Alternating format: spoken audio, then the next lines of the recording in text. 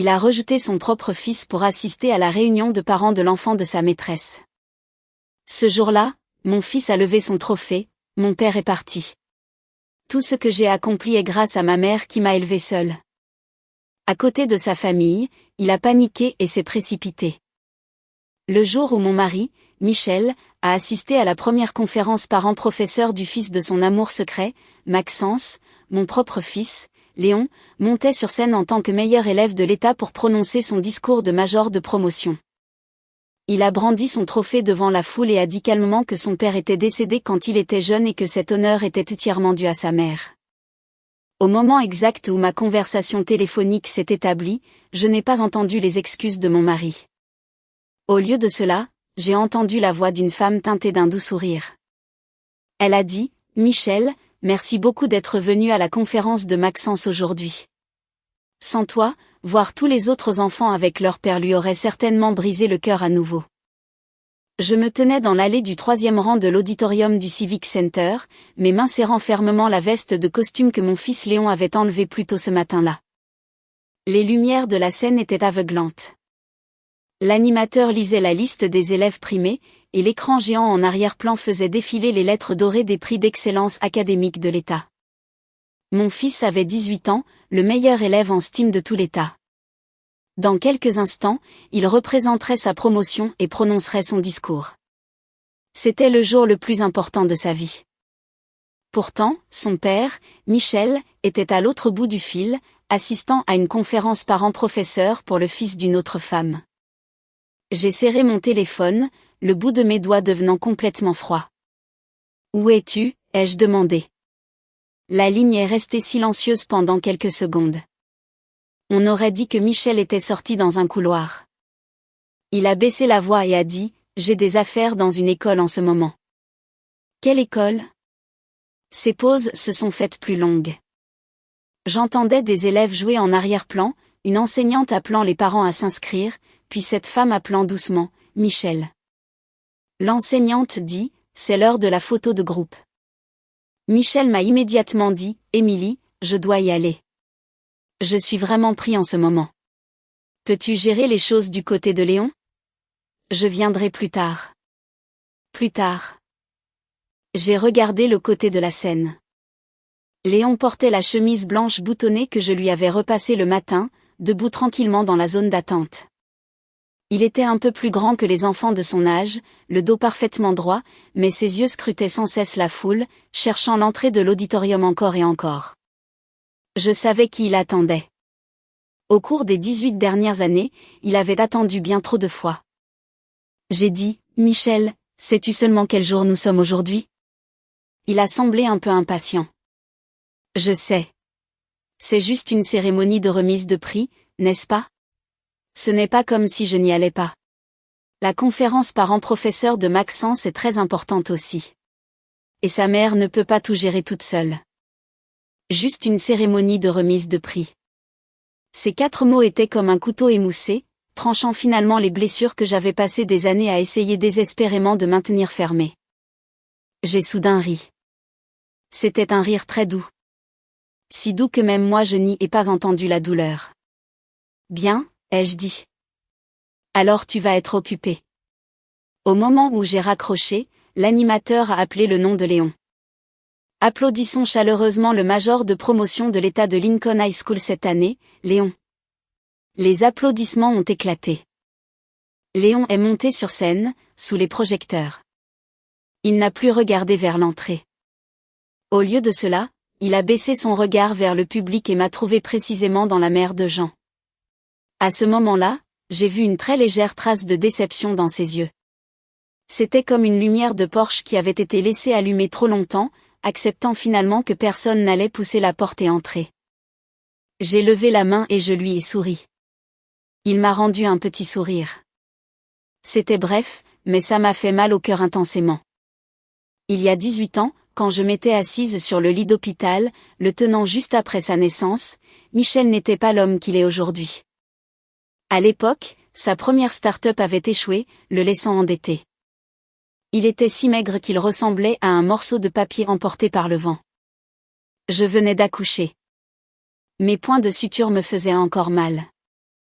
Et pendant une tétée tardive, il s'était accroupi près de mon lit, les yeux rouges, et avait dit, « Une fois que je serai de nouveau sur pied, je te promets que je te donnerai, à toi et à notre bébé, la meilleure vie possible. » Je l'avais cru parce que le Michel que je connaissais à l'époque sortait par un hiver glacial à 2 heures du matin juste pour m'acheter de la soupe chaude. Il était tellement nerveux pendant mes échographies qu'il tenait les dossiers médicaux à l'envers. Quand j'étais enceinte de 7 mois et que mes pieds étaient si enflés que je ne pouvais plus mettre mes chaussures, il s'accroupissait et me nouait les lacets. Mais plus tard, j'ai finalement compris quelque chose. Une personne ne change pas du jour au lendemain. Elle déplace simplement la gentillesse qu'elle vous a autrefois donnée vers quelqu'un d'autre. Cette quelqu'un d'autre était Olivia. Elle était le premier amour de Michel. La première fois que j'ai découvert qu'elle était de retour, Léon avait 5 ans. C'était la journée sportive à sa maternelle. Michel avait promis la veille que, peu importe à quel point il serait occupé, il serait là. Léon avait pratiqué la course à 3 jambes avec lui dans notre salon pendant une semaine entière juste pour qu'ils puissent la courir ensemble. Le petit garçon avait 2 grosses ecchymoses sur les tibias, et quand j'ai appliqué la pommade, il a juste ri et a dit, « Maman, je ne retiendrai certainement pas papa. » Le matin de la journée sportive, Michel s'est habillé et s'est dirigé vers la voiture.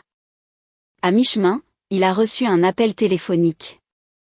La femme au bout du fil pleurait hystériquement. Je n'ai attrapé que quelques phrases. Maxence a de la fièvre. Je suis toute seule et je ne sais pas quoi faire. Peux-tu venir, s'il te plaît? Michel a raccroché, a fait un coup sec au volant et a filé directement vers l'hôpital. J'étais abasourdie. J'ai demandé, et la journée sportive? Il a dit, l'enfant d'Olivia est malade. Elle vient de divorcer et c'est difficile pour une femme d'élever un enfant seule. Je vais aller les voir et je reviens tout de suite. Léon peut attendre à la maternelle. Il a froncé les sourcils.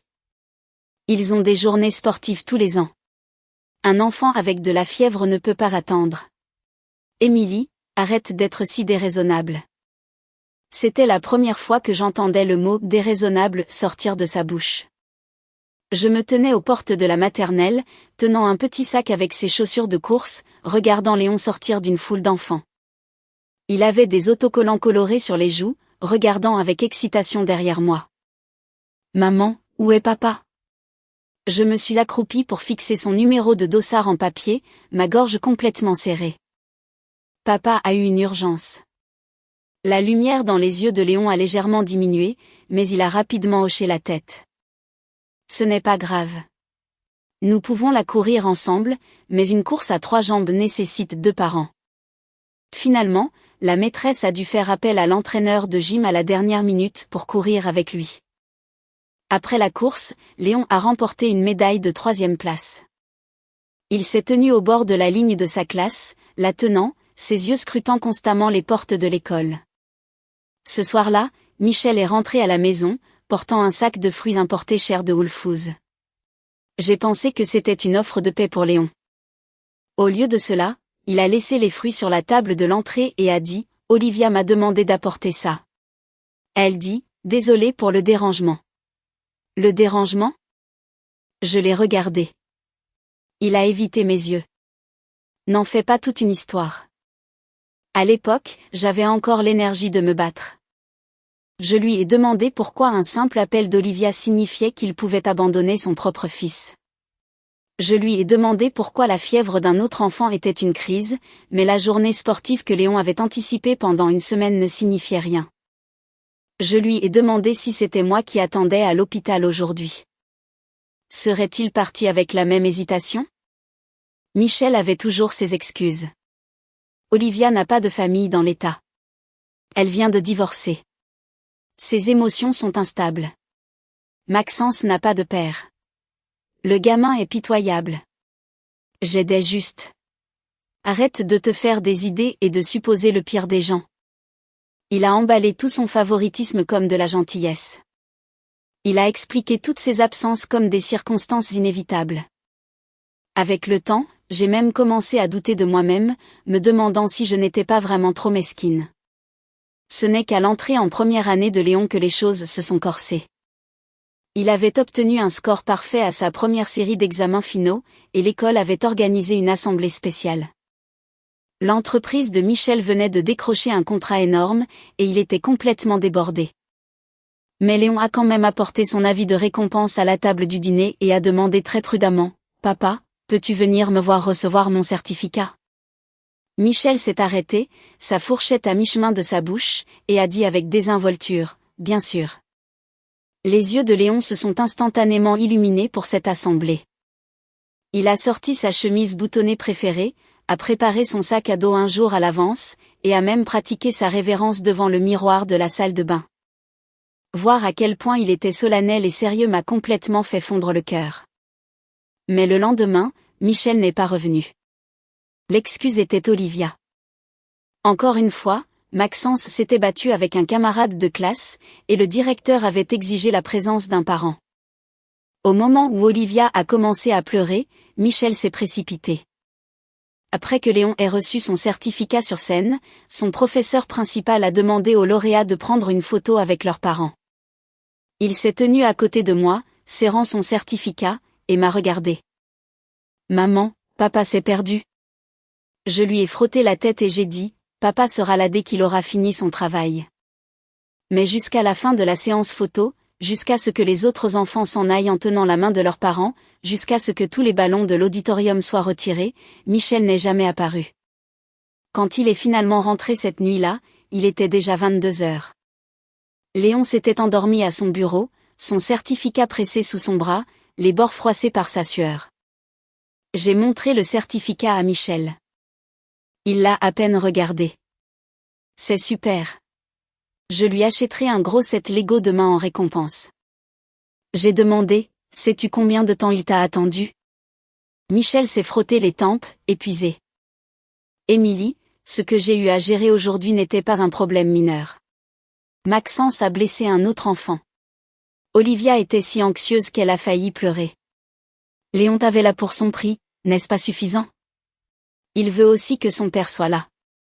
Mais les garçons ne devraient pas être si fragiles. » Je n'ai soudainement rien eu à dire parce que j'ai réalisé que, dans l'esprit de Michel, le fils d'Olivia était fragile, pitoyable et avait besoin de protection. Mon fils était mature, excellent, et donc censé endurer et faire des compromis. Ce genre de différence était comme de l'eau qui goutte sur une pierre, goutte après goutte, sans faire de bruit, mais pleinement capable de briser les attentes d'un enfant. Quand Léon était petit, il était en fait très attaché à Michel. Il cachait les petits bricolages qu'il faisait à l'école derrière la porte et bondissait pour surprendre Michel quand il rentrait à la maison. « Regarde, papa, je t'ai fait un avion. » Pour la fête des pères, il utilisait des crayons pour dessiner notre famille de 3. Avec Michel au milieu, tenant sa main et la mienne, il économisait les petits autocollants de récompense que ses professeurs lui donnaient avant les examens et les collait sur la bouteille d'eau de Michel, disant que de cette façon, papa penserait à lui chaque fois qu'il buvait de l'eau. Mais avec le temps, il a de moins en moins demandé quand papa rentrait à la maison. Quand il était en 3e année, Léon s'est qualifié pour le championnat d'État de mathématiques. Michel a promis de le conduire au centre d'examen. Ce matin-là, Léon s'est réveillé à 5h30. Il s'est assis à l'îlot de la cuisine, vérifiant à plusieurs reprises sa trousse. Je faisais des œufs pour lui, mais il ne cessait de regarder l'horloge au mur. À 6h40, Michel a reçu un appel d'Olivia. Maxence avait oublié ses notes de présentation pour le premier cours. L'école était loin de chez elle, et elle ne pouvait pas y arriver à temps. Michel a attrapé ses clés de voiture. Je lui ai barré le chemin. Léon doit se présenter à son examen avant 7h30. Je vais d'abord déposer les papiers pour Maxence et je reviens chercher Léon. Il n'y aura pas assez de temps. Prends juste un Uber et emmène-le toi-même, a dit Michel. Il l'a dit si naturellement, comme si Léon était censé être ma seule responsabilité de toute façon. Comme si la promesse qu'il avait faite était entièrement sans valeur. Léon s'est tenu à côté de la table, serrant un crayon dans sa main. Sa voix était très douce. « Papa, tu y vas. Maman et moi prendrons un taxi. » Michel lui a tapoté la tête. « Bon garçon. Je te ramènerai un cadeau en rentrant. » Après que la porte se soit refermée, Léon a remis le crayon dans sa trousse. Il a baissé la tête et a dit « Maman, tu n'as plus besoin de demander à papa de venir à mes examens. Il est trop occupé. » À ce moment-là, j'ai failli éclater en sanglots. Un enfant ne devient pas mature d'un seul coup. Il apprend à retirer sa main seulement après l'avoir tendue maintes et maintes fois et n'avoir trouvé personne pour la rattraper. Mon mariage avec Michel a sombré précisément comme cela. Pouce par pouce. Aux yeux des étrangers, nous menions une vie très respectable. L'entreprise de Michel grandissait de plus en plus, passant d'un bureau de banlieue bon marché à un gratte-ciel du centre-ville. Il a commencé à porter des costumes sur mesure et à conduire des voitures de luxe à divers galas. Parents et amis disaient tous que mes efforts avaient finalement porté leurs fruits, que j'avais eu du flair, et que Michel était un homme décent qui n'avait pas changé de femme une fois riche. Mais ils ne savaient pas qu'il rentrait de moins en moins souvent. Il se souvenait de l'anniversaire de Maxence et faisait commander à son assistante un gâteau personnalisé à l'avance. Mais il oubliait toujours l'anniversaire de Léon jusqu'à ce que je le lui rappelle, lui transférant rapidement de l'argent. Il accompagnait Olivia pour interviewer des écoles préparatoires privées d'élite pour Maxence, vérifiant personnellement les qualifications des enseignants. Mais quand il s'agissait des projets de lycée de Léon, il disait simplement « Tu t'en occupes. Il a de bonnes notes. Nous n'avons pas à nous inquiéter pour lui. » Il traversait la ville au milieu de la nuit pour livrer des médicaments quand Maxence avait un rhume. Mais quand Léon avait une fièvre de 39 degrés Celsius, il me disait « Je suis en déplacement pour une conférence. Emmène-le toi-même aux urgences. » Une veille de Noël, Michel a dit que l'entreprise avait un dîner client de dernière minute et qu'il rentrerait tard. Je suis restée à la maison avec Léon à faire des biscuits. La télévision jouait des films de vacances classiques et dehors, les lumières de Noël du quartier scintillaient. Léon avait 10 ans cette année-là. Il ne demandait plus où était son père. Il était juste assis tranquillement à découper des bonhommes en pain d'épices très tordus. Juste avant minuit, j'ai rafraîchi mon Instagram et j'ai vu la publication d'Olivia. C'était une photo d'une somptueuse table de dîner de vacances. Maxence était assis au milieu et Michel était assis juste à côté de lui, tenant un couteau à découper, lui servant une tranche de rôti. La légende disait, certaines compagnies sont plus précieuses que la famille. J'ai regardé cette photo pendant longtemps avant de retourner l'écran de mon téléphone. Léon a demandé, « Maman, on met les biscuits au four ?» J'ai laissé mon téléphone sur le comptoir, j'ai souri et j'ai dit, « Oui, allons les faire cuire. » Cette nuit-là, Michel est rentré à 2 heures du matin, sentant le scotch. J'étais assise dans le salon à l'attendre. Je lui ai demandé pourquoi il m'avait menti. Il est resté silencieux au début, puis a froncé les sourcils. Olivia élève son fils toute seule pendant les vacances. Qu'y a-t-il de mal si je vais prendre un repas avec eux? Toi et Léon, vous ne vous tenez pas compagnie? Qui dit que vous deux ne vous tenez pas compagnie en ce moment? Ma poitrine s'est serrée de douleur à ces mots. Il s'est avéré que, dans son cœur, tant que Léon et moi nous avions l'un l'autre, c'était suffisant. Mais Olivia et son fils avaient besoin de lui pour combler leur vide. J'ai dit, « Michel, as-tu déjà considéré que Léon n'a qu'un seul père, lui aussi ?» Ses mouvements en enlevant son manteau se sont arrêtés, mais il n'a pas répondu. Plus tard, j'ai finalement compris. Ce n'est pas qu'il n'y avait pas réfléchi. Il sentait juste que Léon en avait déjà assez, de bonnes notes, une famille complète, une vie stable et une mère capable de tout gérer.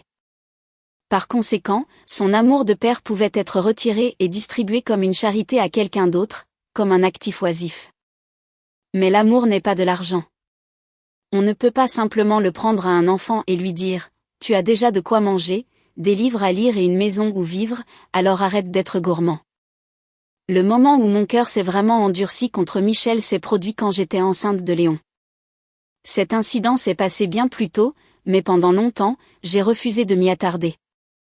Quand j'étais enceinte de 7 mois, j'ai eu des complications et le médecin a exigé des examens réguliers.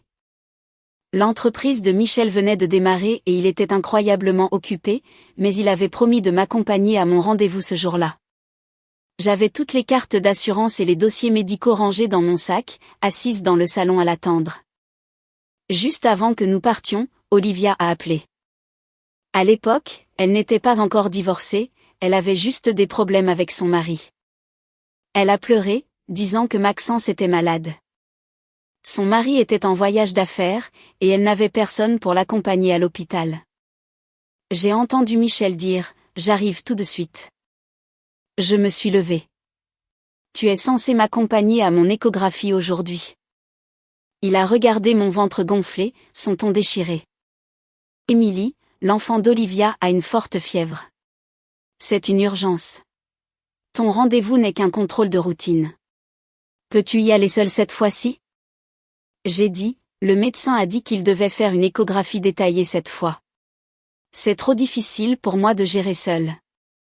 Il a soupiré. Arrête d'être si déraisonnable. Tu vas être mère toi-même. Tu devrais pouvoir la plaindre. J'étais encore jeune à l'époque. Je croyais encore que les explications fonctionnaient. Je me suis tenu le bas du dos et j'ai argumenté avec lui, disant que j'avais aussi besoin de mon mari, disant que le bébé dans mon ventre avait aussi besoin de son père. Mais Michel s'est contenté de jeter un coup d'œil à sa montre, me laissant finalement 200 € sur la table pour que je prenne un Uber jusqu'à la clinique. Je me suis assise seule dans le couloir de la maternité. Tout autour de moi, il y avait des couples, des hommes donnant de l'eau à leurs femmes, des hommes aidant leurs femmes à marcher, des hommes serrant des imprimés d'échographie, l'air plus nerveux que les femmes enceintes. J'étais la seule à serrer mon sac, écoutant l'infirmière appeler des numéros encore et encore. Après l'examen, le médecin m'a dit que j'étais à haut risque de travail prématuré et m'a ordonné un repos strict au lit. On m'a dit d'éviter tout stress émotionnel. Je suis sortie de la clinique, tenant le rapport médical. Mes jambes étaient si faibles que je pouvais à peine rester debout. J'ai appelé Michel. Il n'a pas répondu. Longtemps après, il a envoyé un SMS. La fièvre de Maxence est tombée. Je les ramène à la maison. Prends un taxi pour rentrer quand tu auras fini. Sois prudente. Sois prudente. Je me suis assise dans le hall de l'hôpital, regardant la pluie commencer à tomber dehors par les portes vitrées et j'ai soudain compris quelque chose. La plus grande erreur de ma vie était de parier sur la culpabilité d'un homme. Mais Léon n'était pas encore né. J'ai touché l'enfant dans mon ventre, pensant, j'attendrai encore un peu. Peut-être qu'une fois qu'il sera père, il changera. 18 ans se sont écoulés. Il n'a pas changé. Il est seulement devenu de plus en plus justifié dans ses actions.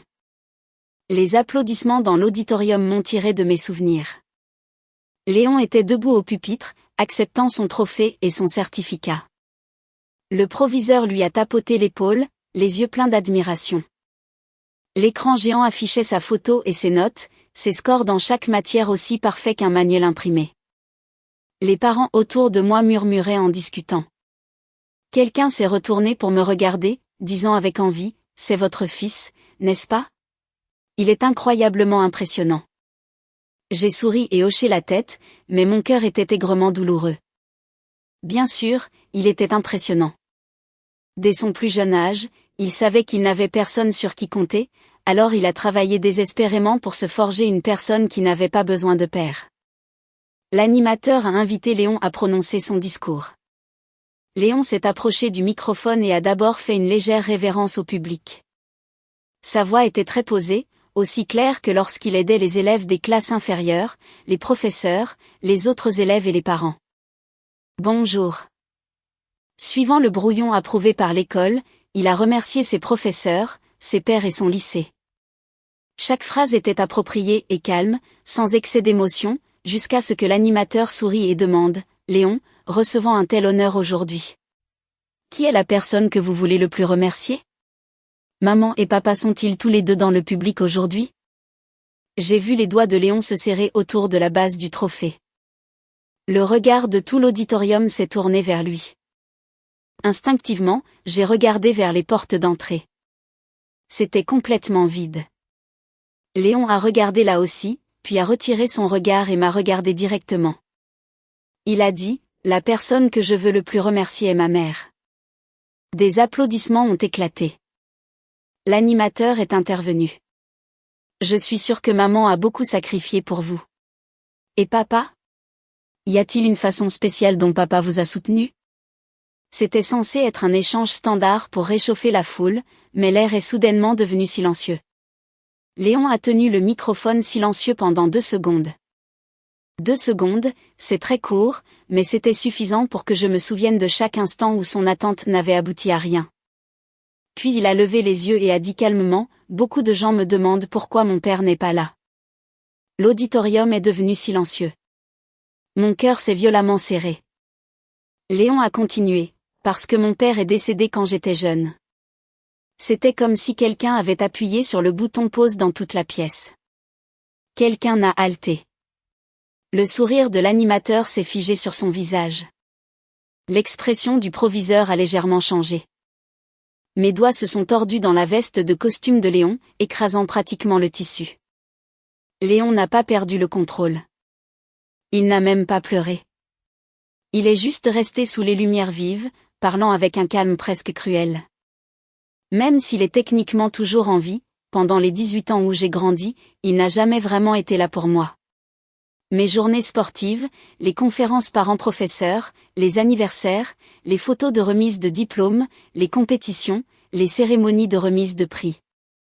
Il s'est rarement montré. Aujourd'hui, c'est exactement la même chose. J'ai entendu des murmures sourds éclater derrière moi. La voix de Léon est restée cristalline. J'ai vraiment voulu un père. Quand j'étais petit, je pensais que tant que je serais assez sage et assez excellent, il me regarderait un peu plus. Plus tard, j'ai réalisé que ce n'était pas que je n'étais pas assez bien.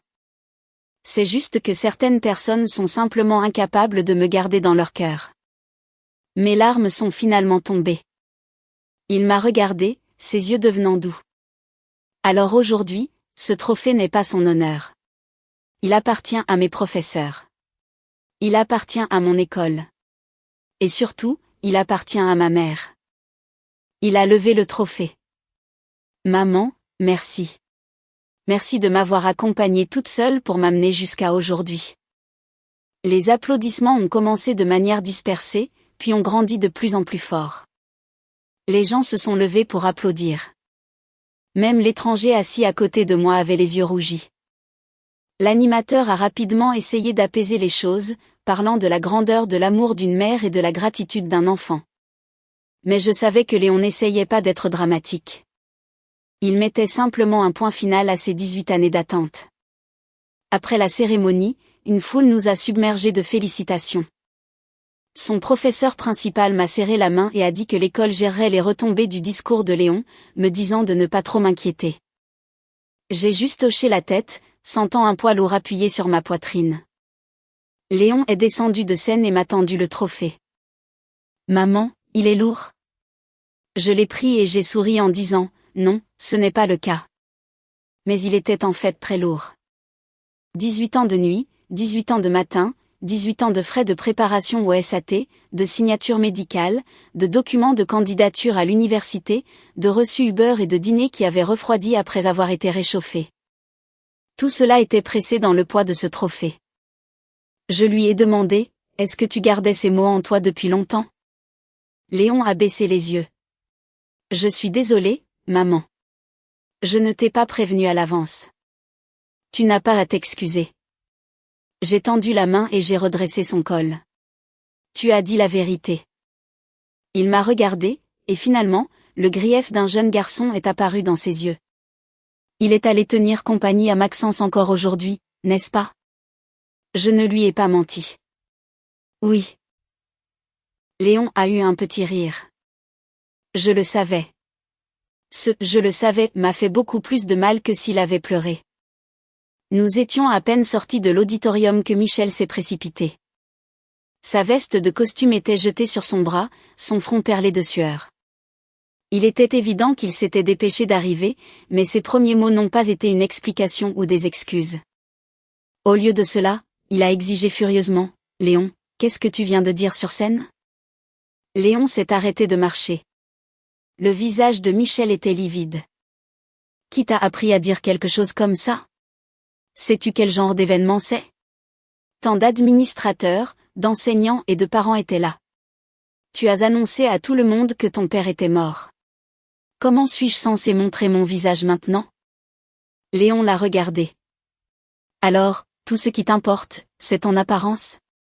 Michel s'est étouffé avec ces mots, puis a tourné la tête vers moi. Émilie, c'est toi qui lui as appris ça? Je sais que tu as des problèmes avec moi, mais tu ne peux pas élever un enfant pour qu'il agisse comme ça. Dans le passé, chaque fois que j'entendais ce genre d'accusation, je me précipitais pour expliquer. Je disais, non. Je disais, l'enfant souffre juste. Je lui disais qu'il devait d'abord regarder ses propres actions. Mais aujourd'hui, je n'avais soudainement aucune envie d'expliquer quoi que ce soit. Je l'ai juste regardé et j'ai demandé, te souviens-tu de la première conférence parents-professeurs de Léon? Michel a froncé les sourcils. Pourquoi tu ramènes ça maintenant? Tu te souviens, ai-je demandé. Il a évité mes yeux. C'était il y a tellement d'années. Qui se souvient de ça? J'ai demandé à nouveau, alors, te souviens-tu quand il a gagné son premier prix? Émilie, arrête de déterrer l'histoire ancienne ici. En 3e année, sa compétition d'état de mathématiques. Avant d'entrer, ses paumes transpiraient abondamment. Tu avais promis de le conduire, mais tu es allé déposer une présentation pour Maxence à la place. Tu te souviens? L'expression de Michel a vacillé. J'ai continué. Son 10e anniversaire. Tu avais promis d'être à la maison avant 18h pour le voir souffler les bougies. Tu as fini par participer à une activité parents-enfants à l'école de Maxence. Nous avons dû changer les bougies sur le gâteau 3 fois cette nuit-là, et finalement, il les a soufflées tout seul. Tu te souviens de sa photo de remise de diplôme au collège? L'école n'a autorisé les parents qu'à rester 30 minutes. Il a attendu du matin jusqu'à midi, et sur la photo finale, je suis la seule à côté de lui. Tu as dit que tu négociais un contrat, mais j'ai découvert plus tard que tu étais avec Olivia, visitant des écoles privées pour Maxence. Tu te souviens? Michel a ouvert la bouche, mais aucun mot n'est sorti. Léon se tenait à côté de moi, son expression entièrement vide, comme s'il écoutait l'histoire de quelqu'un d'autre. Cela m'a fait encore plus mal au cœur. Si un enfant ne se sent plus triste en entendant parler de sa propre douleur, cela signifie seulement qu'il a fini de faire son deuil il y a longtemps. Michel est resté silencieux un instant, puis a forcé un ton rigide. J'admets que je l'ai parfois négligé, mais j'ai aussi beaucoup sacrifié pour cette famille. La maison dans laquelle vous vivez, la voiture que vous conduisez, l'argent que vous dépensez. N'ai-je pas gagné tout cela? Je vous ai offert la meilleure vie possible. N'est-ce pas la responsabilité d'un père? J'ai ri. En es-tu sûr? Michel a froncé les sourcils. Que veux-tu dire? J'ai sorti un dossier manille de mon sac. Je préparais ce dossier depuis longtemps. Pas pour aujourd'hui et pas pour me venger d'un seul instant. J'ai commencé à le collecter pièce par pièce à partir du moment où j'ai réalisé que ce mariage n'avait plus aucune valeur à sauver. À l'intérieur se trouvaient les relevés de scolarité de Léon de la maternelle au lycée. Les contrats de préparation au SAT, les frais d'inscription au concours, les factures d'hôpital et les dépenses de vie détaillées. Il y avait aussi les relevés bancaires de mes propres revenus au fil des ans. Je lui ai tendu la première pile, le tutorat et les camps de préparation de Léon du primaire au collège, un total de 65 000 $ payés par ma carte. La deuxième pile, les camps STEAM du lycée, les frais de voyage et le matériel sur 3 ans, 35 000 $ payés par ma carte. La troisième pile, quand il a été hospitalisé 2 fois pour une pneumonie étant enfant. Signer les formulaires de consentement, payer les factures, dormir sur le lit pliant à côté de son lit. Tout cela, moi. Où étais-tu ces 2 fois? Une fois en déplacement professionnel hors de l'État et une fois emmenant Maxence chez un psychologue pour enfants. Le visage de Michel devenait de plus en plus laid à chaque seconde. J'ai dit, l'argent que tu prétends avoir fourni à cette famille est allé principalement aux prêts hypothécaires et aux services publics de base. Tu pensais que c'était l'intégralité du devoir d'un père, mais tu n'as aucune idée que les choses dont Léon avait réellement besoin pour grandir, tu n'en as absolument aucune fournie. Il est resté têtu. J'ai déposé de l'argent sur le compte joint chaque mois. J'ai hoché la tête. Oui, tu as déposé de l'argent pour ta famille et tu as aussi déposé de l'argent pour Olivia. J'ai sorti une autre pile de documents. C'était un enregistrement de tous les virements qu'il avait effectués à Olivia au fil des ans, cadeaux en espèces pour les fêtes, paiement de scolarité, couverture de son loyer, paiement de vacances, frais médicaux. Les chiffres étaient denses. Page après page, j'ai dit calmement, Michel, tu ne manquais ni de temps, ni d'argent. Tu as juste donné ton temps et ton argent à quelqu'un d'autre. Il a soudainement tendu la main pour saisir le dossier. Tu m'as enquêté ? Léon s'est interposé devant moi. Il était déjà un peu plus grand que Michel maintenant. Ses épaules étaient larges, ses yeux glaciales. Ce petit garçon qui brandissait un avion en papier en attendant les éloges de son père était enfin devenu un jeune homme capable de me protéger. Ne touche pas ma mère, a-t-il dit. Michel a figé. Il semblait que c'était la toute première fois qu'il réalisait que son fils n'était plus le petit garçon qui pouvait être acheté avec un set Lego. Il a adouci son ton. Léon, ce n'est pas que papa ne t'aime pas, papa était juste trop occupé parfois. Tu ne comprends pas les affaires d'adultes. Léon l'a regardé. Je comprends. Que comprends-tu ? Je comprends que chaque fois que tu disais que tu étais occupé, c'était à cause de tante Olivia et de Maxence. Je comprends que tu te souviens de ce que Maxence aime manger, de ce dont il a peur, de la matière avec laquelle il a des difficultés et des jours de ses examens. Mais tu ne te souviens pas du nom de mon professeur principal, de mon anniversaire ou de ma spécialisation universitaire. Je comprends aussi que tu n'étais pas juste en retard aujourd'hui. Tu n'avais jamais prévu de faire de moi ta priorité en premier lieu. Toute couleur a disparu du visage de Michel. Léon a dit, alors, je n'ai pas besoin de tes explications. Continue d'être le bon oncle de Maxence. Sur ce, il m'a posé la main sur l'épaule. Maman, allons-y. Nous n'avons pas attendu Michel. Cette nuit-là, l'atmosphère dans la maison était froide comme une soirée d'hiver. Au moment où Michel est rentré, j'avais déjà placé les papiers du divorce sur la table à manger. Léon était dans sa chambre, organisant ses dossiers d'admission à l'université. La porte était entr'ouverte, la lumière s'échappant dans le couloir. Le salon était vide, à l'exception de Michel et moi. Quand il a vu les papiers, sa première réaction a été de rire. « Émilie, tu as fini de faire cette crise ?» Je me suis versé un verre d'eau. Je ne fais pas de crise. Il a pris l'accord, a tourné 2 pages, et son visage s'est assombri. Tu veux divorcer ? Tout cela est-il à cause de ce qui s'est passé aujourd'hui ? Non. Je l'ai regardé. C'est à cause des 18 dernières années. Michel a claqué les papiers sur la table. Arrête de dramatiser les choses. Olivia et moi sommes strictement platoniques. C'est juste une vieille amie. Maxence n'a pas de père. Alors, quoi de neuf si je m'occupe un peu plus de lui ? Pourquoi faut-il que tu t'accroches à ça et que tu ne lâches pas ? Est-ce ta faute si Maxence n'a pas de père ? Il s'est arrêté. As-tu forcé Olivia à divorcer ? Non. La négligence de son ex-mari est-elle une dette que tu dois ? Pourquoi son vide doit-il être comblé par l'amour paternel destiné à mon fils ? Michel a desserré sa cravate avec irritation. Tu parles bien trop durement. Ce qui est dur, c'est la vérité. Il m'a regardé comme s'il ne me reconnaissait pas. Émilie, tu n'as jamais été comme ça. J'ai souri doucement. Comment étais-je avant ? Tu disais que tu étais occupée, alors j'emmenais l'enfant à l'hôpital moi-même. Tu me disais de ne pas faire d'histoire, alors je arrangeais les choses pour toi. Tu disais qu'elle avait du mal, alors j'avalais mes propres griefs. Tu aimais l'ancienne moi parce que l'ancienne moi était facile à marcher dessus. Michel est resté silencieux. Au bout d'un moment, il s'est assis en face de moi, son ton s'adoucissant. J'admets que je vous ai négligés tous les deux. Je vais changer à partir de maintenant. Léon va bientôt partir à l'université. Notre famille a encore beaucoup de temps ensemble.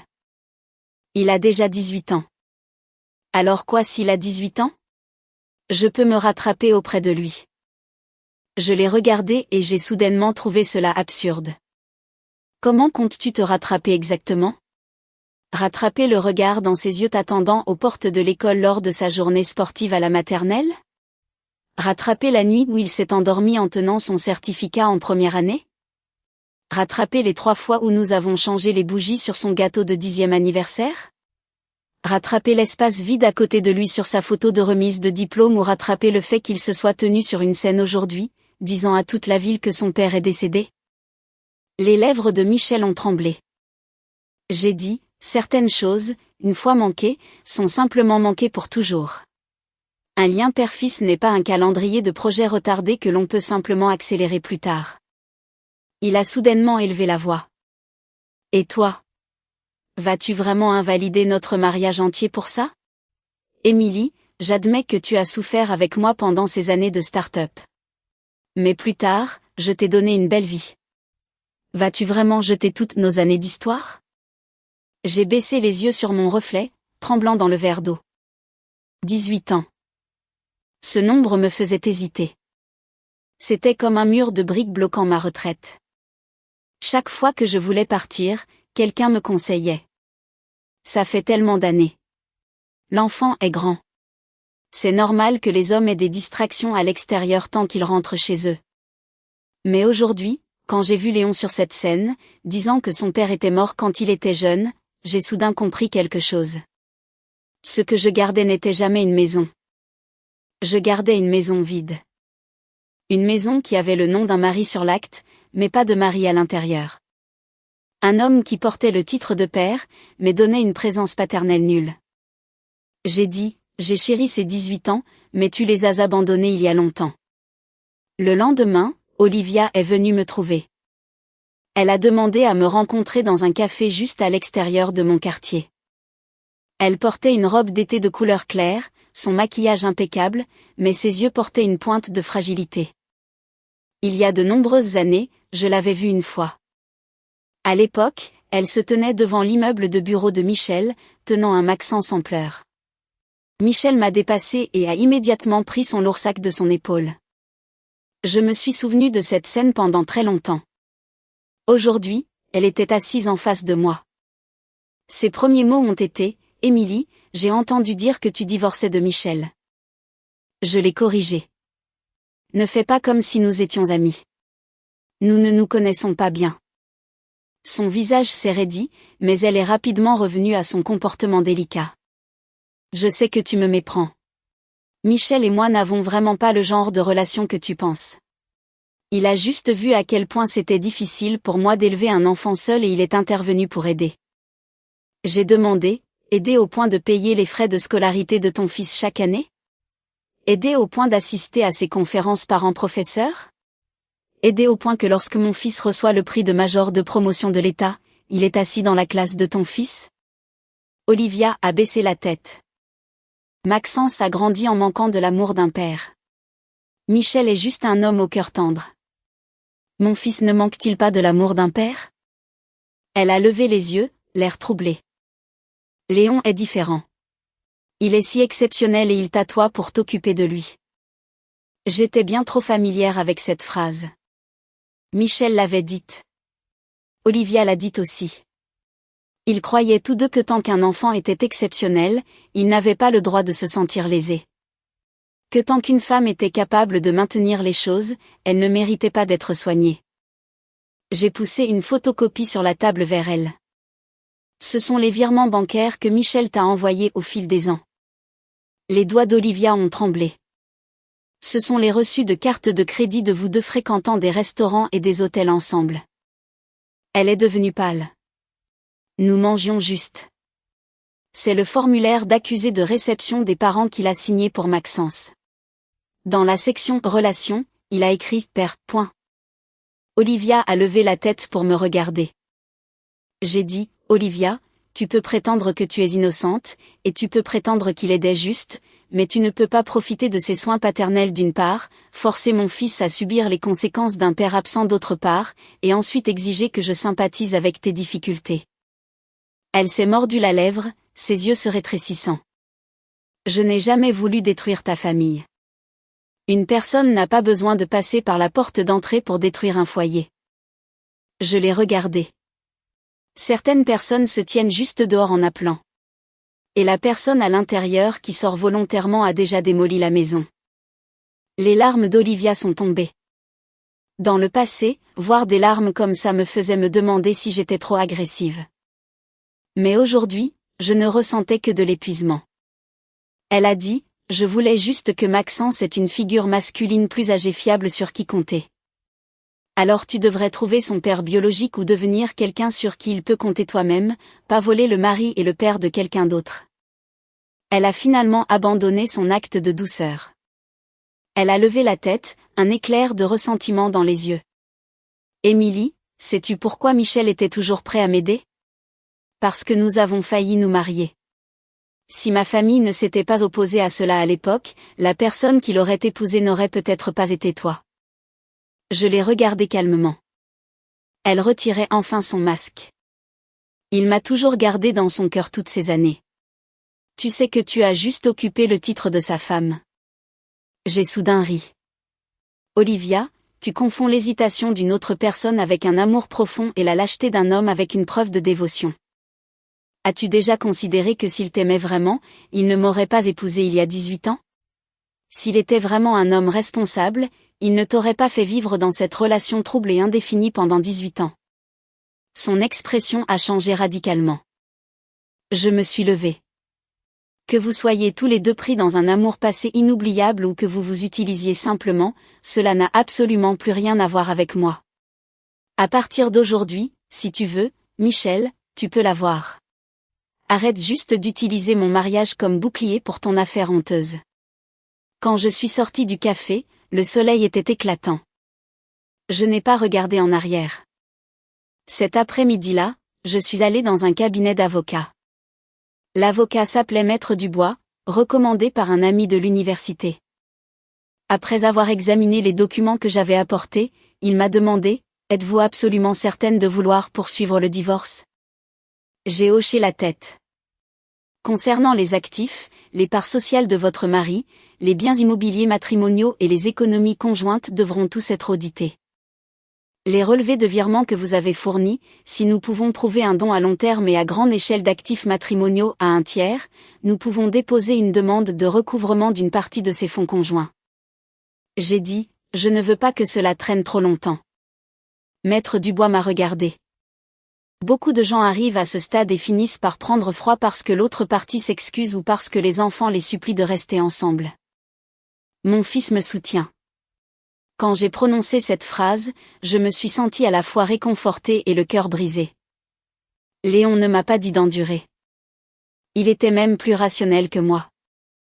La veille, il était sorti de sa chambre, s'était assis à côté de moi et avait dit, « Maman, tu n'as pas à continuer à maintenir cette famille juste pour moi. » Je lui ai demandé, « Vas-tu avoir l'impression d'avoir manqué une famille complète ?» Il a secoué la tête. La chose qui me fait vraiment regretter, ce n'est pas votre divorce. C'est le fait que tu l'aies enduré si longtemps juste pour moi. Je l'ai regardé, les larmes coulant presque à nouveau. Il m'a tenu la main. À partir de maintenant, c'est mon tour de te tenir compagnie. À ce moment-là, j'ai soudainement senti que ces années de souffrance passée n'avaient pas été entièrement vaines. Non pas parce que le mariage en valait la peine, mais parce que j'avais élevé un enfant lucide, gentil et qui savait chérir les gens. Les négociations de divorce ont été plus difficiles que prévu. Au début, Michel a refusé de signer. Il croyait que je faisais juste une crise de colère temporaire et a même envoyé sa mère pour me persuader. Ma belle-mère s'est assise sur mon canapé, parlant avec une sincérité grave. Émilie, les hommes ont beaucoup de réseautage et de socialisation à faire pour le travail. Il est inévitable qu'ils négligent parfois la maison. Michel n'a pas trompé. Il n'a pas fait entrer une autre femme dans la maison. Que veux-tu de plus? Léon est le major de promotion de l'État maintenant.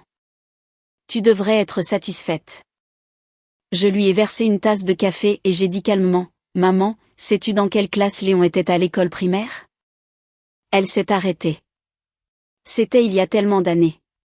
Comment pourrais-je me souvenir? Michel ne se souvient pas non plus. Vous dites que les hommes sont juste négligents. Alors, comment se souvient-il du nom de famille de l'enseignant de Maxence à l'école primaire? Comment se souvient-il de la matière dans laquelle Maxence échouait au collège? Comment se souvient-il que Maxence est allergique aux mangues? Penses-tu que c'est juste de la négligence? Ma belle-mère avait l'air affreuse. Cet enfant est pitoyable, ai-je dit. Mon enfant n'est pas pitoyable seulement parce que je l'ai protégé de la grande majorité des dommages. Mais cela ne signifie pas que les dommages n'existent pas. Elle était sans voix, marmonnant finalement. Le divorce n'est pas une petite affaire. Ne le regrette pas. J'ai souri. Mon plus grand regret est de ne pas avoir divorcé plus tôt. Michel a vraiment commencé à paniquer après que Maître Dubois lui ait signifié les avis légaux. Ce n'est qu'alors qu'il a réalisé que je ne me disputais pas. Je ne menaçais pas et je n'utilisais pas la menace de divorce pour le forcer à changer. Je mettais vraiment fin à tout. Il a commencé à rentrer fréquemment à la maison. Il m'apportait des fleurs tous les soirs, achetait des cadeaux à Léon et prenait même l'initiative de cuisiner le dîner. Mais il n'a pas réalisé que Léon ne mangeait plus ses fameuses côtes de porc au barbecue. Quand Léon était petit, il adorait ce plat parce que Michel le cuisinait rarement. Et quand il le faisait, Léon était heureux pendant des jours. Plus tard, chaque fois que Michel manquait un événement, il essayait d'utiliser ce plat comme excuse. Avec le temps, ce goût ne signifiait plus l'amour pour Léon. Il signifiait un apaisement tardif. Une nuit, Michel a laissé un tout nouveau MacBook devant la porte de la chambre de Léon. « Tu peux l'utiliser pour l'université » a-t-il dit. Léon ne l'a pas pris. J'ai acheté le mien. Michel a eu l'air embarrassé. Un ordinateur portable de ton père est différent de celui que tu achètes toi-même. Léon a levé les yeux. C'est différent. Un ordinateur portable que j'achète moi-même n'exige pas que je pardonne à qui que ce soit. Le sourire de Michel s'est figé. Je suis sorti de la cuisine et je l'ai vu debout dans le couloir, tenant toujours le sac d'ordinateur portable. Son dos avait soudainement l'air étrange et vieux. Mais mon cœur ne s'est pas adouci parce que je me souvenais clairement d'innombrables nuits similaires où Léon s'était tenu près de la porte comme ça, l'attendant. Et Michel n'avait jamais une seule fois senti son cœur s'adoucir à la vue du dos de son enfant en attente. Les gens semblent toujours se souvenir qu'ils peuvent être rejetés seulement après avoir perdu le contrôle d'une situation. Pendant la phase de partage des biens, Olivia a essayé de retrouver Michel. Il se trouve que j'étais au cabinet d'avocat ce jour-là. Maître Dubois m'a fait écouter un enregistrement audio. Il avait été fourni par Michel lui-même pour expliquer la nature de ses transferts financiers. Dans l'enregistrement, Olivia pleurait. « Michel, tu ne peux pas vraiment nous abandonner. Maxence est sur le point de postuler au lycée. Tu avais promis de l'aider à prendre des dispositions. » Michel semblait épuisé. « Olivia, ma maison est un désordre complet en ce moment. Est-ce qu'Émilie te force? Comment peut-elle être si cruelle? Elle sait que tu as juste eu pitié de nous. Ne parle pas d'elle comme ça. » Olivia est restée silencieuse pendant une seconde, sa voix devenant plus nette. « Oh, maintenant tu la protèges. Qui était là pour te tenir compagnie quand tu avais besoin de te défouler toutes ces années? Qui te comprenait quand la pression de ton entreprise était trop forte? Émilie ne te mettait que la pression avec l'enfant et tes responsabilités. » Michel n'a rien dit. Olivia a ajouté, « Maxence t'a toujours regardé comme un père.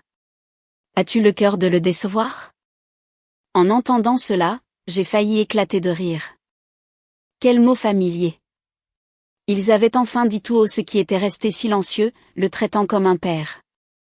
Mais cette fois, Michel n'a pas accepté immédiatement comme avant. Il a dit, « Mon vrai fils est déjà déçu de moi. » L'enregistrement s'est arrêté là. Maître Dubois m'a demandé, « Des pensées après avoir entendu ça? » J'ai dit, « Non, vraiment aucune. » Si cela avait été il y a de nombreuses années, entendre Michel admettre enfin que Léon était déçu m'aurait peut-être fait pleurer. J'aurais peut-être senti qu'il était encore rachetable. Mais maintenant, tombant dans mes oreilles, cela sonnait comme une lettre livrée hors saison. Le printemps était passé depuis longtemps. La graine avait déjà percé le sol et poussé seule. Elle n'avait plus besoin d'une pluie tardive. Finalement, l'accord de divorce a été signé un jour de pluie. Le tribunal de la famille n'était pas bondé. Michel portait un costume gris foncé, beaucoup plus silencieux que d'habitude. Il m'a regardé plusieurs fois comme s'il voulait dire quelque chose. Quand ce fut notre tour, le greffier a fait la vérification de routine. Ce divorce est-il entièrement volontaire des deux parties? J'ai dit, volontaire. Michel n'a pas répondu tout de suite. Le greffier a demandé à nouveau. Il a dit doucement, volontaire.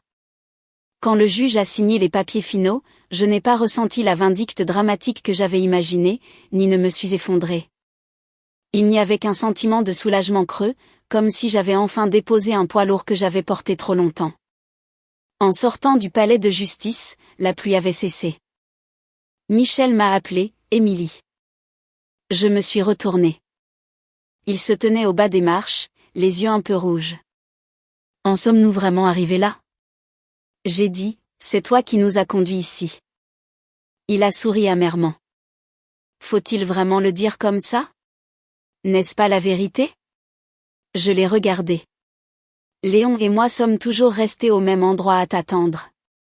C'est toi qui as continué à marcher vers quelqu'un d'autre. Michel a baissé la tête.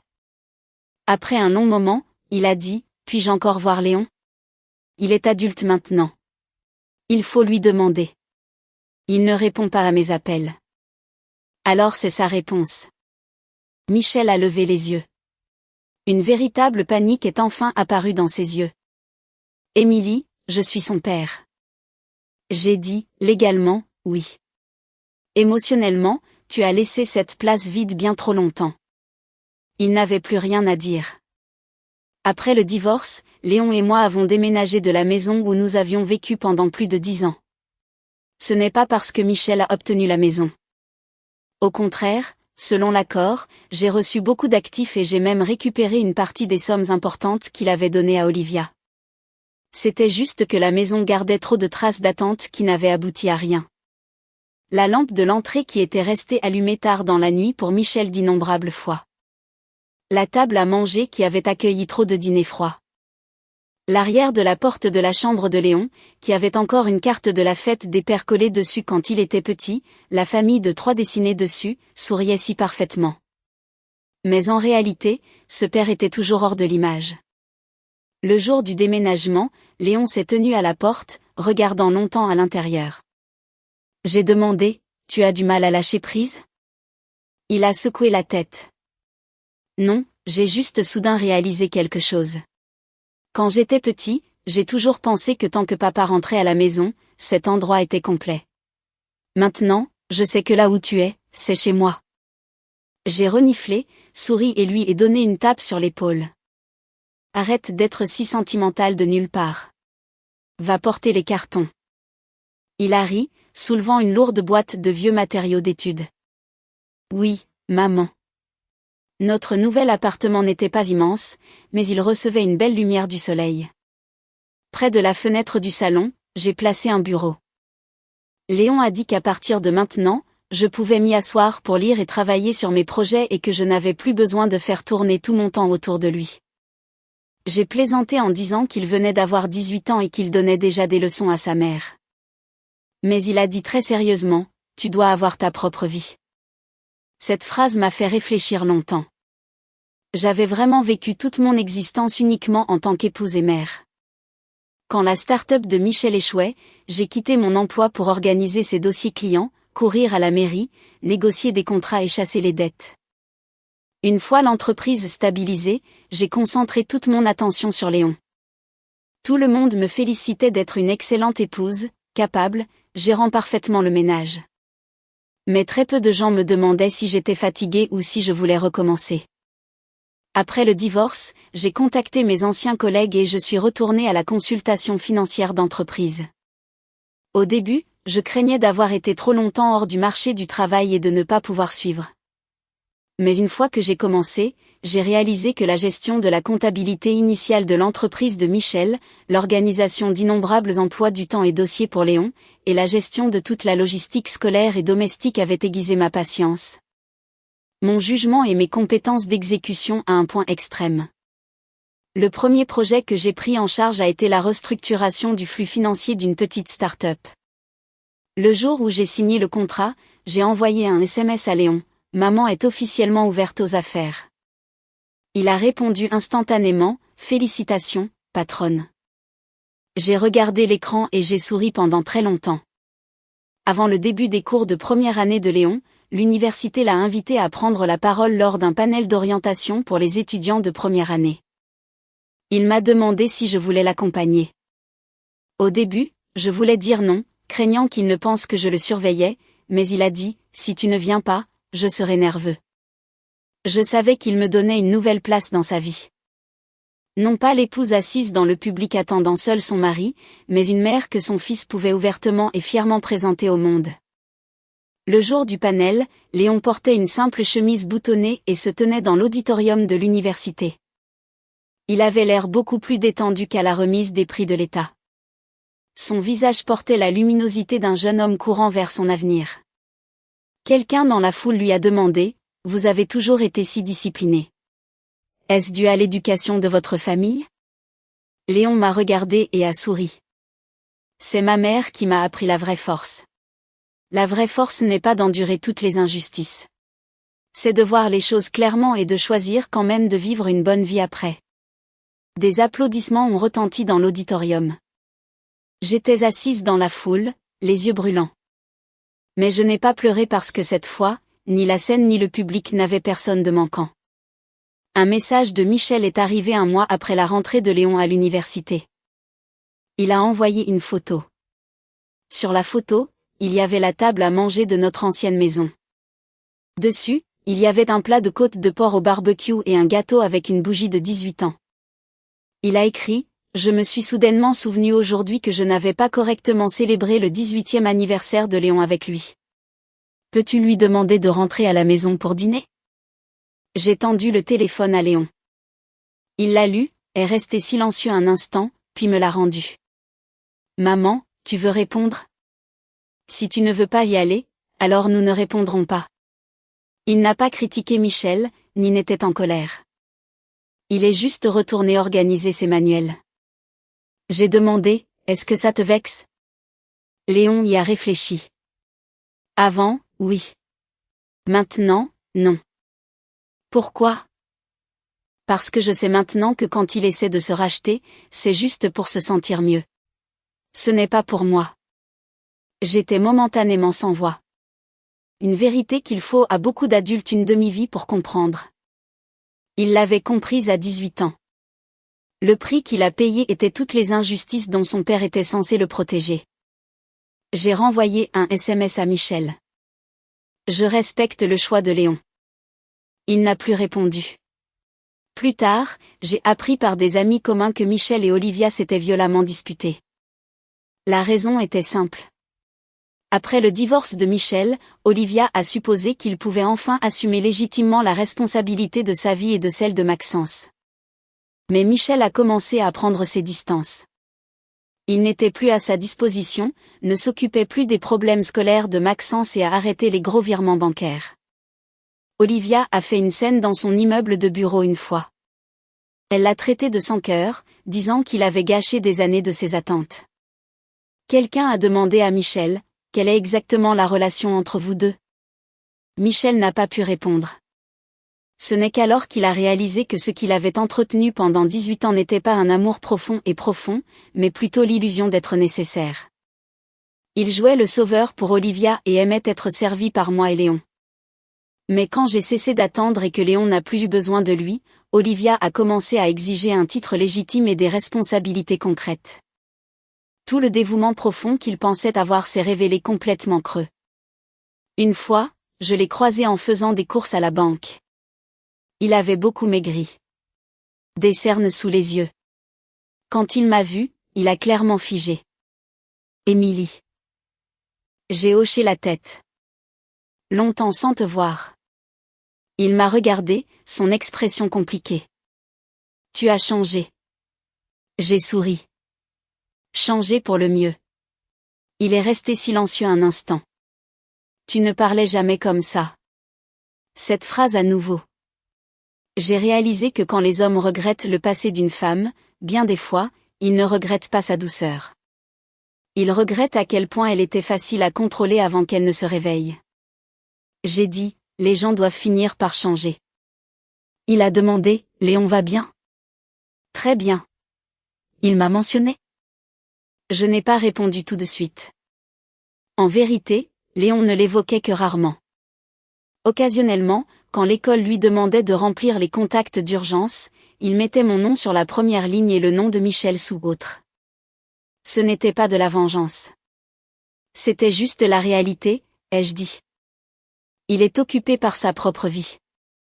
Michel a souri amèrement. Il ne me manque vraiment pas du tout. Je l'ai regardé. Michel, le fait de manquer quelqu'un nécessite des souvenirs pour le soutenir.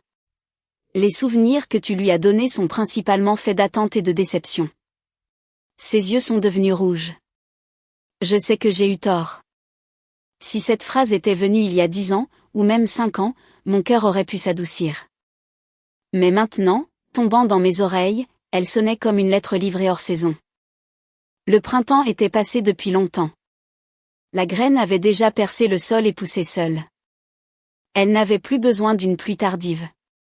J'ai dit, alors prends cette erreur et va vivre le reste de ta vie correctement. Il a demandé avec urgence, est-ce vraiment impossible pour nous? Quand j'ai prononcé le mot impossible, ma voix n'a pas tremblé du tout.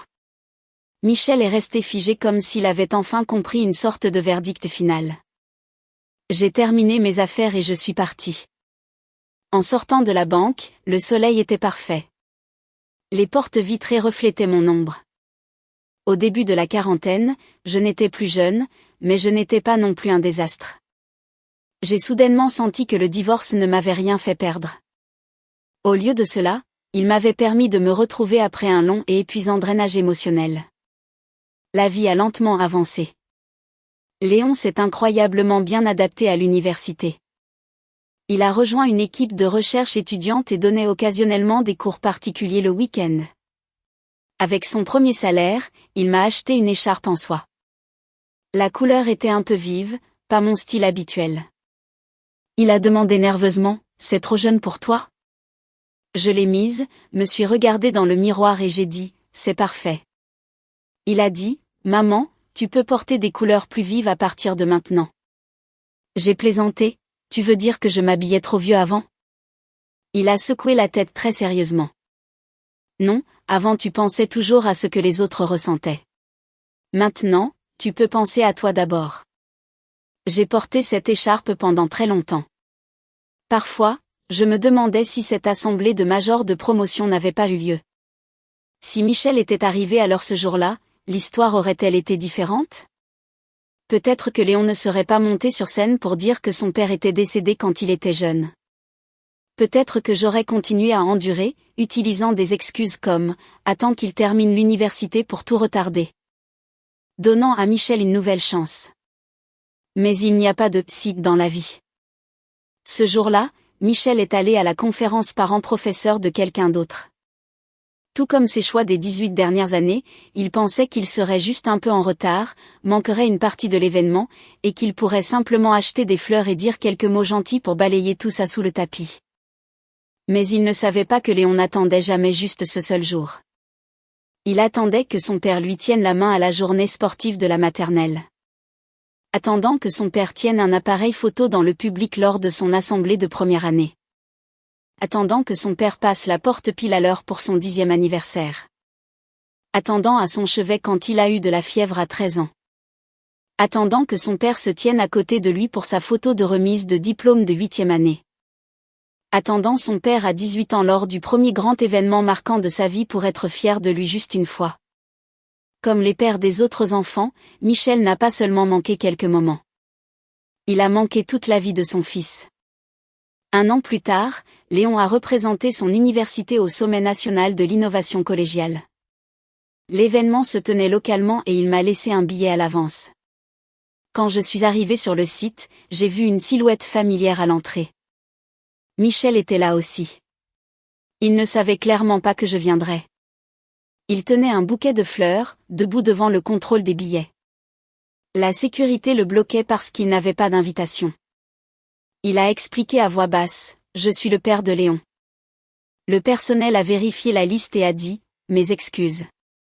Le seul membre de la famille que Léon a enregistré est mademoiselle Émilie.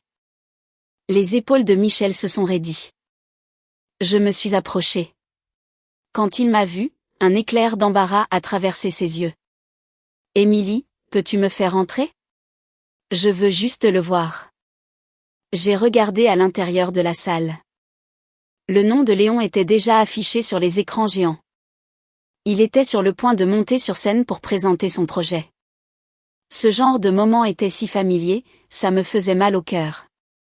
J'avais autrefois désespérément espéré que Michel se montrerait pour des moments comme ça. Maintenant, il était enfin venu, mais il se tenait dehors. J'ai dit, tu aurais dû demander à Léon avant. Il ne serait pas d'accord.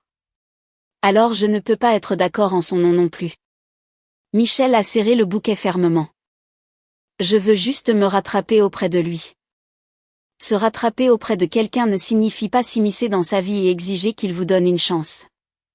Je l'ai regardé. Vraiment se rattraper auprès de lui signifie respecter son droit à ne pas vouloir te voir. La lumière dans ses yeux s'est éteinte. Je ne peux même pas juste le regarder une fois. Je n'ai pas répondu parce que pendant 18 ans, il avait déjà donné à Léon la réponse à cette question exacte. Quand Léon était petit, il voulait juste voir son père aussi. À l'entrée de la journée sportive, aux portes de l'Assemblée, devant ses bougies d'anniversaire, dans le couloir de l'hôpital, à la photo de remise de diplôme, à la cérémonie de major de promotion de l'État. Michel ne s'est pas montré alors. Maintenant, c'était à son tour de se tenir dehors et de goûter ce que ça faisait d'attendre pour rien. Je me suis retournée et je suis entrée dans la salle. Quand les lumières de la scène se sont allumées, Léon s'est tenu au pupitre. Sa voix était claire, confiante et posée. Il a parlé de son projet, du travail d'équipe et de ses projets futurs. Les professeurs au premier rang hochaient continuellement la tête, et les juges avaient l'air totalement impressionnés. Assise au premier rang, en le regardant, j'ai ressenti un sentiment de paix absolue. Il n'avait plus besoin de nier l'existence de son père pour prouver qu'il avait été blessé. Il était déjà sorti entièrement de cette blessure. Après la fin du sommet, Léon a remporté le prix du projet exceptionnel. Il est descendu en tenant le certificat et me l'a immédiatement remis. Mademoiselle Émilie, un autre pour la collection. Je l'ai pris.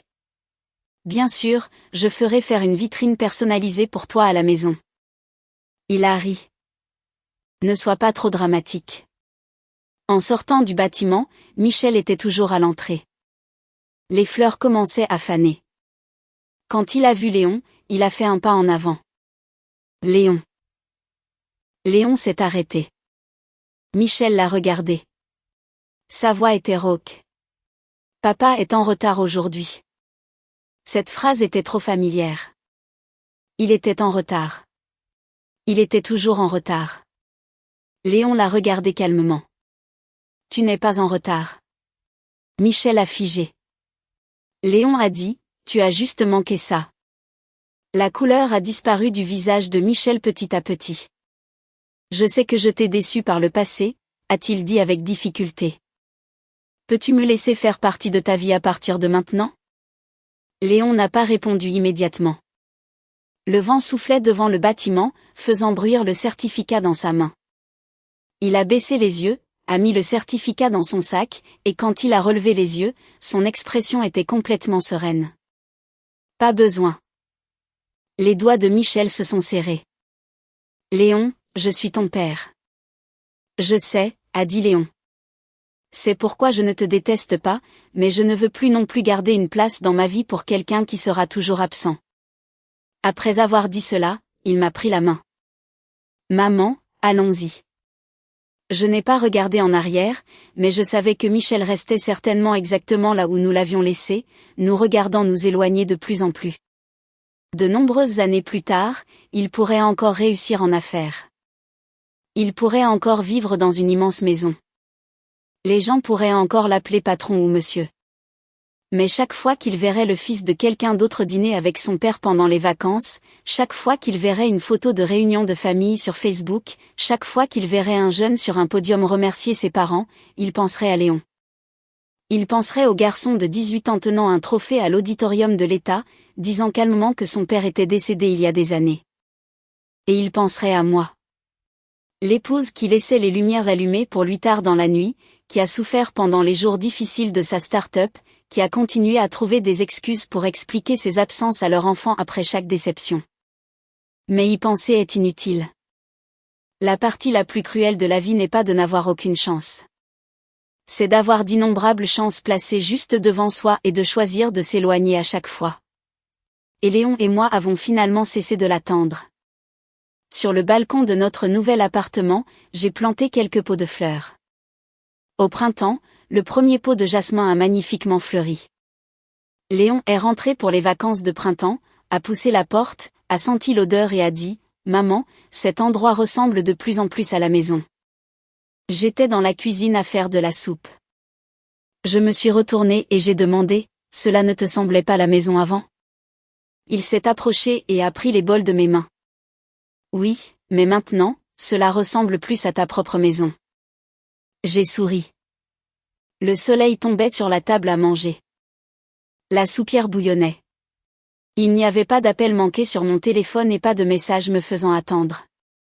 Léon était assis en face de moi, me racontant des histoires drôles sur l'université, sur la rigueur de son conseiller, sur l'hilarité de ses colocataires et sur la façon dont il se préparait à postuler pour un programme d'études à l'étranger. Il parlait avec une telle animation, possédant le courage naturel envers l'avenir qui appartient à tous les jeunes ancrés par l'amour. Je l'ai regardé et j'ai soudainement senti que toutes les nuits sombres des années passées étaient illuminées par ce moment exact. Nous avons perdu un mari, un père et une famille supposément complète.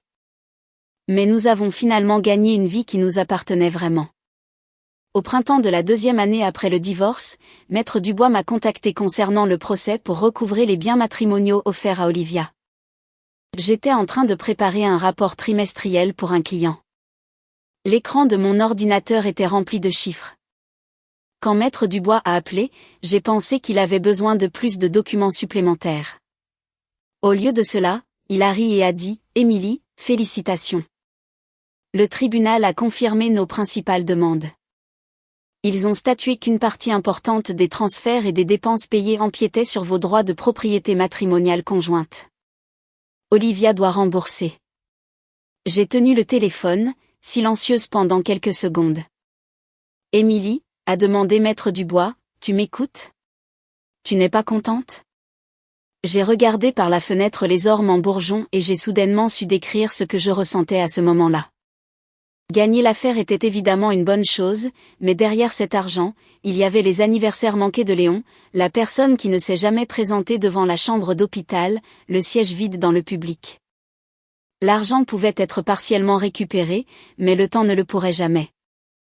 J'ai dit, je sens juste que ce chapitre est enfin entièrement clos.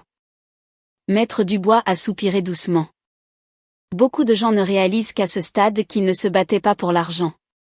Ils se battaient pour la justice. Oui, je ne me battais pas pour les chiffres du compte bancaire d'Olivia. Je voulais faire comprendre à Michel que son soi-disant aide n'était jamais sans coût. Chaque acte de sa générosité était entièrement bâti sur l'endurance de Léon et moi. Il a utilisé nos biens matrimoniaux pour réaliser son ancienne romance, a utilisé la privation de son fils pour prouver sa propre gentillesse, puis a exigé que tout le monde le loue d'être un homme formidable et loyal. Après le verdict, Olivia m'a appelé une fois. Sa voix n'était plus délicate. Elle était imprégnée d'un ressentiment évident. « Émilie, as-tu vraiment dû pousser les choses si loin ? Une partie de cet argent était déjà dépensée pour Maxence. Comment sommes-nous censés le rembourser maintenant ? » J'étais à l'épicerie en train de choisir des fruits. Je n'ai même pas cessé de marcher. Quand tu le dépensais, as-tu déjà pensé que c'était ma propriété matrimoniale ? Michel était prêt à le donner. Que ai-je fait de mal ? Tu es entièrement libre de penser de cette façon. J'ai placé un carton de fraises dans mon caddie et maintenant, la loi est entièrement prête à te faire le rembourser. Sa voix tremblait de colère. Ne pense pas que tu as gagné. Ton fils a dit des choses pareilles. Toute la ville sait qu'il a renié son père. Les gens le jugeront pour le reste de sa vie. Je me suis arrêtée. Si c'était dans le passé, cette phrase aurait fait mal. Une mère est toujours terrifiée à l'idée que son enfant soit blessé par le jugement du monde. Mais maintenant, je savais que ce qui faisait vraiment mal à Léon n'était pas ce que les gens disaient.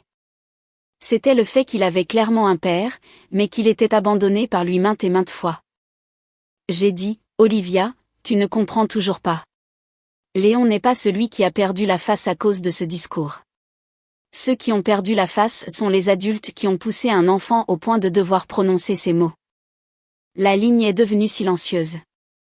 J'ai continué, tu peux me haïr de m'être battu pour l'argent, et tu peux me haïr de t'avoir arraché ta dignité, mais arrête d'utiliser les enfants comme bouclier. Ni Maxence ni Léon ne devraient avoir à payer le prix des choix que toi et Michel avez faits. Sur ce, j'ai raccroché. En rentrant à la maison, j'ai annoncé le verdict à Léon. Il était sur le balcon en train d'arroser mes jasmins. Il a juste hoché la tête. Maman, as-tu l'impression d'avoir enfin ta vengeance? J'y ai un peu réfléchi, mais surtout, j'ai l'impression que c'est fini. Léon a posé l'arrosoir. C'est bien que ce soit fini. Il n'a pas demandé de détails. Je savais que ce n'était pas parce qu'il ne s'en souciait pas. C'était parce qu'au cours des 2 dernières années, il avait appris à extraire chirurgicalement cette relation de sa vie. Quand une plaie se cicatrise, la pire chose à faire est de la rouvrir pour la regarder. Nous avions développé une entente tacite. Quand Michel était évoqué, nous n'avions plus besoin de colère pour soutenir la conversation. Mais Michel n'a pas été aussi rapide à apprendre à lâcher prise. Pendant le 2e semestre de la première année de Léon, son collège a organisé un panel de défense académique publique. Michel a d'une manière ou d'une autre découvert le programme. La veille, il a envoyé un énorme bloc de texte à Léon. Il a dit qu'il savait qu'il avait trop manqué et qu'il espérait au moins pouvoir assister à celui-ci. Il a dit qu'il avait coupé tous les ponts avec Olivia et qu'il n'était plus impliqué dans les affaires de Maxence. Il a dit qu'il savait que toute excuse était pâle, mais qu'il voulait quand même dire « je suis désolé » en personne. Léon m'a montré son téléphone. J'ai demandé « tu veux qu'il soit là ?» Il a secoué la tête. Il ne s'agit pas de savoir s'il est là ou non. C'est juste que j'ai réalisé que chaque fois qu'il apparaît, il met ses propres regrets en premier. J'ai regardé le message. C'était vrai. Michel a tant écrit. Je souffre. Je ne dors pas. Je veux me rattraper. Je ne peux pas vivre sans mon fils. Mais il n'a jamais demandé si Léon serait dérangé, s'il se sentirait mal à l'aise, ou s'il était même disposé à rouvrir cette porte. Le soi-disant regret est parfois teinté d'un intense égoïsme. Léon a répondu par une seule phrase, « Mon panel est fermé au public. Veuillez ne pas venir. » Michel est quand même venu. Je n'étais pas sur le campus ce jour-là. Léon m'en a parlé plus tard. Michel se tenait devant la salle de conférence, tenant une enveloppe manille. À l'intérieur se trouvait un plan de reconnexion père-fils qu'il avait rédigé. En entendant cela, j'ai failli rire, mais je n'ai pas pu m'y résoudre. Un père absent pendant 18 ans traitait enfin l'amour familial comme un projet d'entreprise à sauver. Dîner une fois par mois. Se rencontrer pendant les vacances, un voyage par an. Doit assister à la remise de diplôme. Il était si habitué à résoudre les crises d'entreprise avec des plans d'action. Il a oublié que le cœur humain ne fonctionne pas sur un itinéraire. Quand Léon est sorti de son panel et l'a vu, il n'a pas fait de détour. Michel a tendu l'enveloppe. J'y ai pensé longtemps. Je ne peux pas remonter le temps pour réparer ce que j'ai manqué. Mais je peux me rattraper à l'avenir. Regarde ça. S'il y a quelque chose que tu n'aimes pas, nous pouvons le réviser. Léon ne l'a pas pris. Sais-tu pourquoi je ne veux pas te voir, a-t-il demandé. Michel a rapidement dit, je sais que tu me détestes. Non, Léon a secoué la tête. Haïr quelqu'un demande de l'énergie. Je ne veux pas te voir parce que chaque fois que je te vois, je suis forcé de redevenir ce petit enfant qui t'attendait toujours. Je n'aime pas cette version de moi-même. L'expression sur le visage de Michel semblait qu'il avait été physiquement frappé. Léon a continué, il m'a fallu beaucoup de temps pour croire que ne pas être choisi par mon père n'était pas ma faute. Je ne veux pas passer le reste de ma vie à essayer de prouver que je n'ai pas besoin de toi juste pour satisfaire ta culpabilité. L'enveloppe dans la main de Michel s'est lentement abaissée. Alors que veux-tu que je fasse? Tu n'as rien à faire, a dit Léon.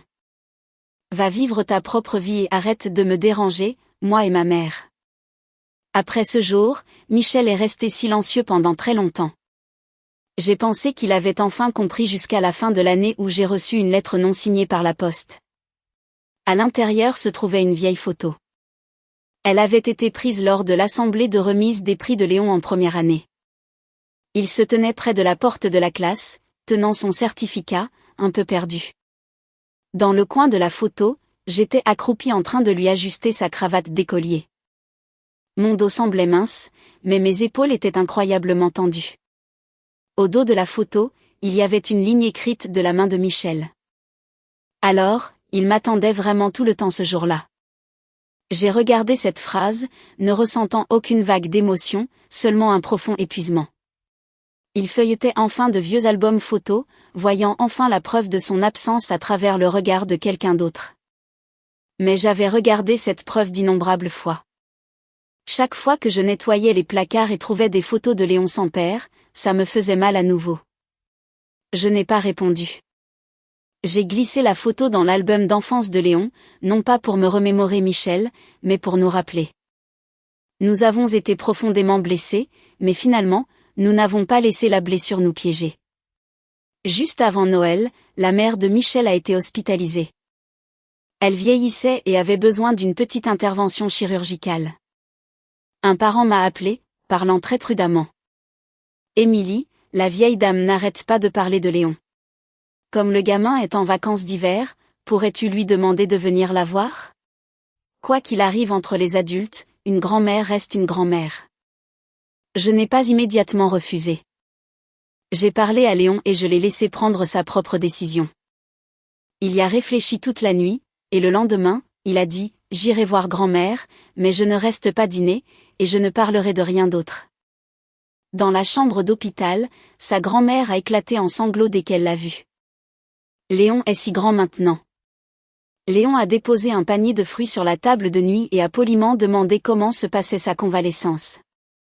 Sa grand-mère lui a tenu la main, parlant sans fin de son âge, du silence de la maison et des difficultés que son père rencontrait ces derniers temps. Léon a écouté calmement, sans l'interrompre, jusqu'à ce que sa grand-mère dise « C'est quand même ton père biologique. Père et fils ne peuvent pas se fâcher pour toujours. Donne-lui une chance, ne serait-ce que pour me donner la paix de l'esprit. » Léon a doucement retiré sa main. « Grand-mère, je suis venue te voir aujourd'hui parce que tu es malade, pas pour parler de mon père. » Elle a figé. « Je me souviens combien tu m'aimes, mais si ta façon de m'aimer est de me demander de faire semblant que le passé n'a jamais existé pour lui, alors je ne peux pas le faire. » Ses larmes se sont arrêtées sur son visage, l'air incroyablement gêné. Des pas ont retenti à la porte. Michel était là. Il avait clairement entendu la seconde moitié de la conversation. Il tenait un thermos, ses yeux un mélange d'émotions. Léon ne l'a pas évité. Il s'est tourné vers lui et a dit « J'ai vu grand-mère. Je pars maintenant. » La voix de Michel était basse. « Tu ne peux pas rester un peu plus longtemps? » Non, pas même pour un repas. Non. Michel a eu un sourire amer. Tu ne feras même plus semblant pour les apparences. Léon l'a regardé. Quand j'étais petit, j'ai beaucoup fait semblant pour les apparences. Tu étais en retard. J'ai dit que ce n'était pas grave. Tu oubliais des choses. J'ai dit, la prochaine fois. Tu es allé tenir compagnie à Maxence, j'ai dit que ça ne me dérangeait pas. Et le résultat a été, vous avez tous les deux pensé que je le pensais vraiment. La chambre d'hôpital était si silencieuse qu'on pouvait entendre la perfusion. Léon a dit, alors maintenant, j'ai fini de faire semblant. Il a dit au revoir à sa grand-mère, puis est sorti avec moi. Dans l'ascenseur, j'ai demandé, c'était affreux. Un peu. Il s'est appuyé contre le mur de l'ascenseur comme s'il avait enfin baissé sa garde. Mais après l'avoir dit à voix haute, je me sens beaucoup plus léger.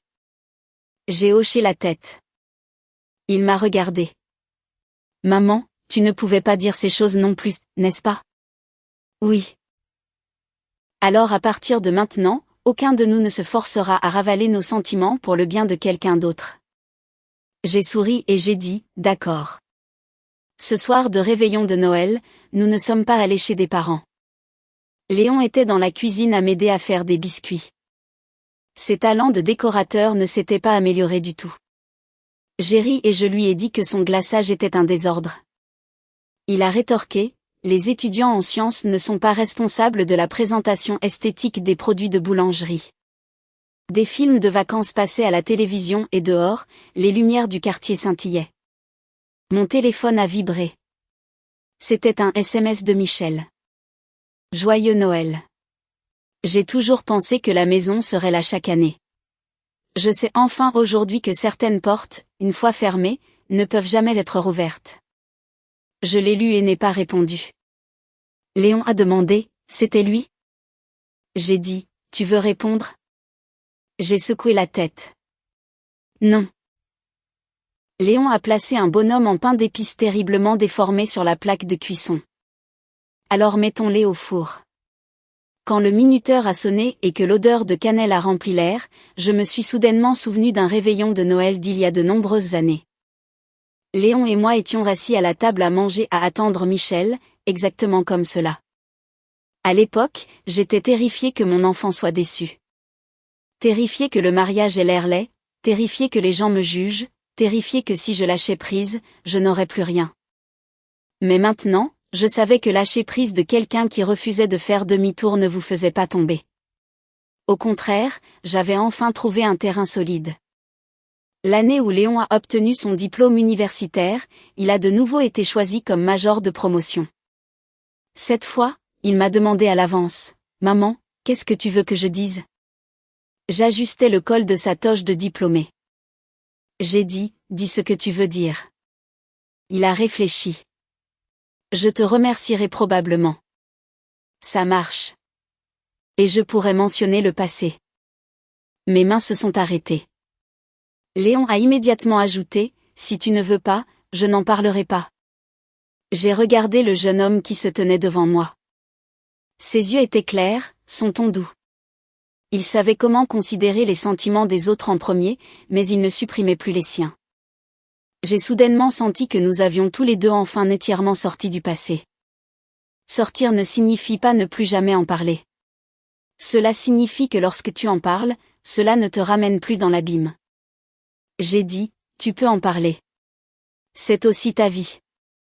Le jour de sa remise de diplôme universitaire, le stade était beaucoup plus grand que l'auditorium civique du lycée.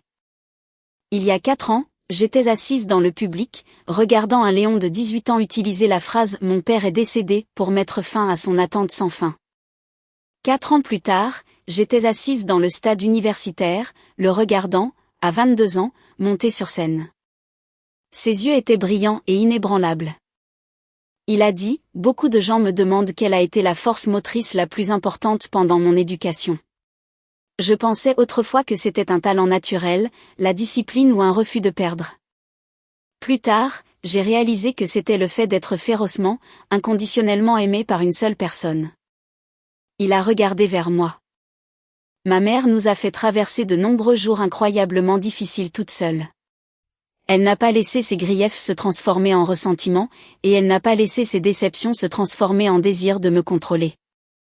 Elle m'a appris que le véritable amour n'est pas de forcer un enfant à accomplir la vie brisée d'un adulte, mais de lui donner le courage de marcher vers son propre avenir. La foule a éclaté en applaudissements. Léon a marqué une pause un instant, puis a continué. J'ai aussi douté autrefois de ne pas être assez bon à cause de l'absence d'une certaine personne, mais plus tard, j'ai réalisé que l'absence de quelqu'un d'autre ne définit pas ma valeur. Nous ne pouvons pas choisir comment chaque relation dans nos vies commence, mais nous pouvons choisir de nous éloigner des dégâts. Assise dans la foule, les larmes ont brouillé ma vision. Cette fois, il n'a pas utilisé la colère pour dire adieu à son père. Il a utilisé sa propre croissance pour dire adieu au passé. Après la cérémonie, j'ai vu Michel aux portes du campus. Il n'a pas essayé de forcer son passage. Il est juste resté loin. Quand il a vu Léon sortir, il a hoché légèrement la tête. Léon l'a vu aussi. Ils se sont regardés à travers la foule pendant quelques secondes. Michel a levé la main comme s'il voulait saluer. Léon ne s'est pas rapproché, ni ne l'a évité. Il a juste calmement hoché la tête en retour. Puis il s'est retourné et m'a pris le bras pour que nous puissions prendre des photos. Ce n'était pas du pardon. Et ce n'était pas de la haine. C'était une relation qui se retirait enfin à l'endroit exact où elle appartenait. Elle a existé. Elle a causé des dégâts et elle était terminée. Après avoir fini de prendre des photos, Léon a posé sa casquette de diplômé sur ma tête. Joyeux diplôme, maman. J'ai ri et je l'ai repoussé. C'est toi qui as obtenu ton diplôme aujourd'hui. Il a dit, sérieusement. Tu as aussi obtenu ton diplôme. Diplômé de cette partie de nos vies. J'ai figé une seconde, puis j'ai éclaté de rire. Il avait raison. J'avais aussi obtenu mon diplôme. Diplômée d'être une épouse qui trouvait toujours des excuses à son mari pour devenir une femme prête à s'aimer. Diplômée d'un mariage qui n'existait que de nom pour une vie claire et lumineuse. Diplômée d'innombrables nuits d'attente pour ne plus jamais avoir à attendre que quelqu'un fasse demi-tour. Plus tard, Michel a écrit une très longue lettre à Léon. Léon ne l'a pas ouverte. Il me l'a tendue. J'ai dit, c'est à toi qu'elle est adressée. C'est à toi de décider. Il l'a laissée sur son bureau et ne l'a pas ouverte pendant 3 jours. Il n'y avait plus de défense dans la lettre. Michel a beaucoup écrit. Les choses dont il s'est enfin souvenu étaient Léon lui faisant un avion en papier, collant des autocollants sur sa bouteille d'eau, s'endormant à table le jour de son anniversaire. La nuit précédant CSAT, quand Michel a envoyé un SMS demandant s'il devait rentrer dîner, seulement pour annuler en raison d'heures supplémentaires. Tous ces moments qu'il avait négligemment mis de côté au fil des ans sont finalement devenus limpides une fois qu'il a tout perdu. À la fin de la lettre, il a écrit « Papa ne comprend que maintenant qu'un enfant ne grandit pas seulement parce que tu lui donnes de l'argent. Il se souvient de qui l'a tenu, de qui l'a attendu, de qui est resté à ses côtés quand il avait peur. J'ai été absent trop longtemps. Je ne demande pas ton pardon. J'espère seulement qu'à l'avenir, tu ne finiras jamais comme moi, à perdre les personnes les plus importantes de ta vie. » Léon a fini de la lire, a plié la lettre et l'a rangée dans son tiroir. J'ai demandé, tu veux répondre? Il a secoué la tête. Pas besoin. Il ne cherchait vraiment plus de réponse. J'ai demandé, vas-tu un jour lui pardonner? Léon a regardé par la fenêtre, réfléchissant longtemps. Peut-être qu'un jour je m'en ficherai complètement. Mais cela ne signifie pas que nous reviendrons à une relation père-fils proche. Il a dit, maman, je mène une très bonne vie en ce moment. Je ne veux pas restaurer une relation qui me met mal à l'aise juste pour prouver que je suis la personne la plus généreuse. J'ai dit, tu as tout à fait le droit de faire ce choix. Il a souri. J'aime ça. Je savais que pour Léon, punir Michel n'était jamais le but principal. Le plus important était qu'il possédait enfin le droit de choisir.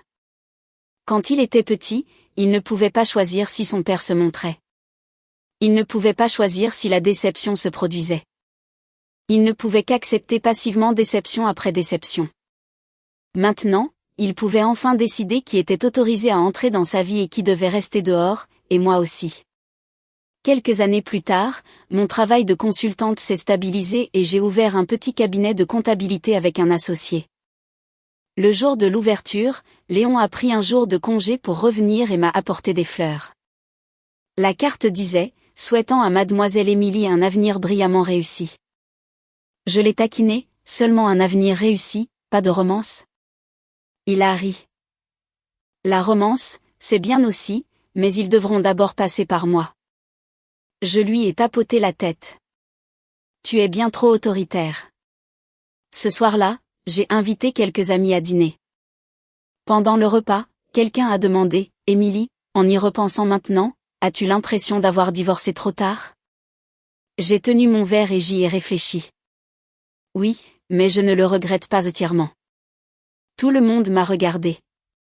J'ai dit que c'était trop tard parce que je m'étais permis, à moi et à mon fils, de souffrir de trop de griefs inutiles. Je ne le regrette pas entièrement parce que même si je suis parti tard, j'ai quand même fini par partir.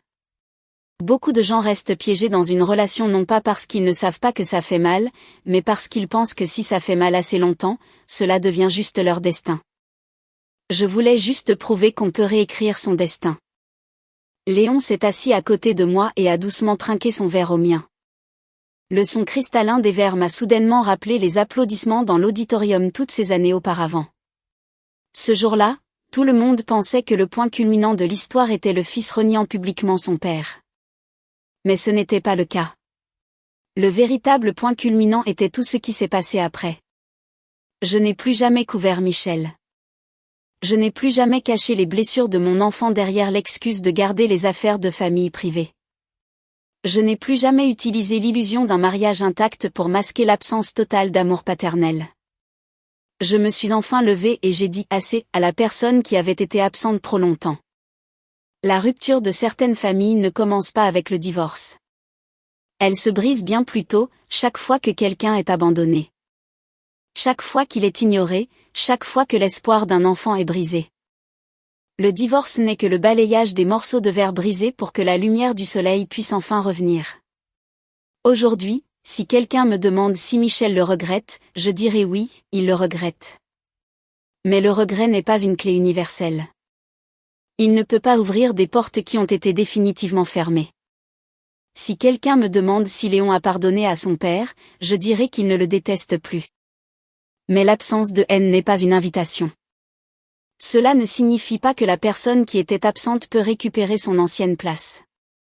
Quant à moi, je ne me demande plus si ces 18 années en valaient la peine parce que ma vie ne s'est pas arrêtée à ces 18 années. Elle a continué d'avancer. Passer l'accord de divorce, passer les décisions de justice, passer le premier rayon de soleil dans notre nouvel appartement, passer Léon sur des scènes plus grandes et plus lumineuses jusqu'à aujourd'hui où je vis enfin entièrement pour moi-même. Je pensais autrefois que la chose la plus terrifiante dans un mariage était la trahison. Plus tard, je me suis rendu compte qu'il y a quelque chose de bien plus long et plus angoissant. Quand quelqu'un se tient physiquement chez vous, mais donne tout son cœur, son temps et sa tendresse à quelqu'un d'autre, puis exige que vous et votre enfant soyez reconnaissants qu'il ne soit jamais officiellement parti. Heureusement, Léon et moi nous sommes réveillés, et heureusement, nous ne nous sommes pas réveillés trop tard. Cette fois, personne ne manque à nos vies.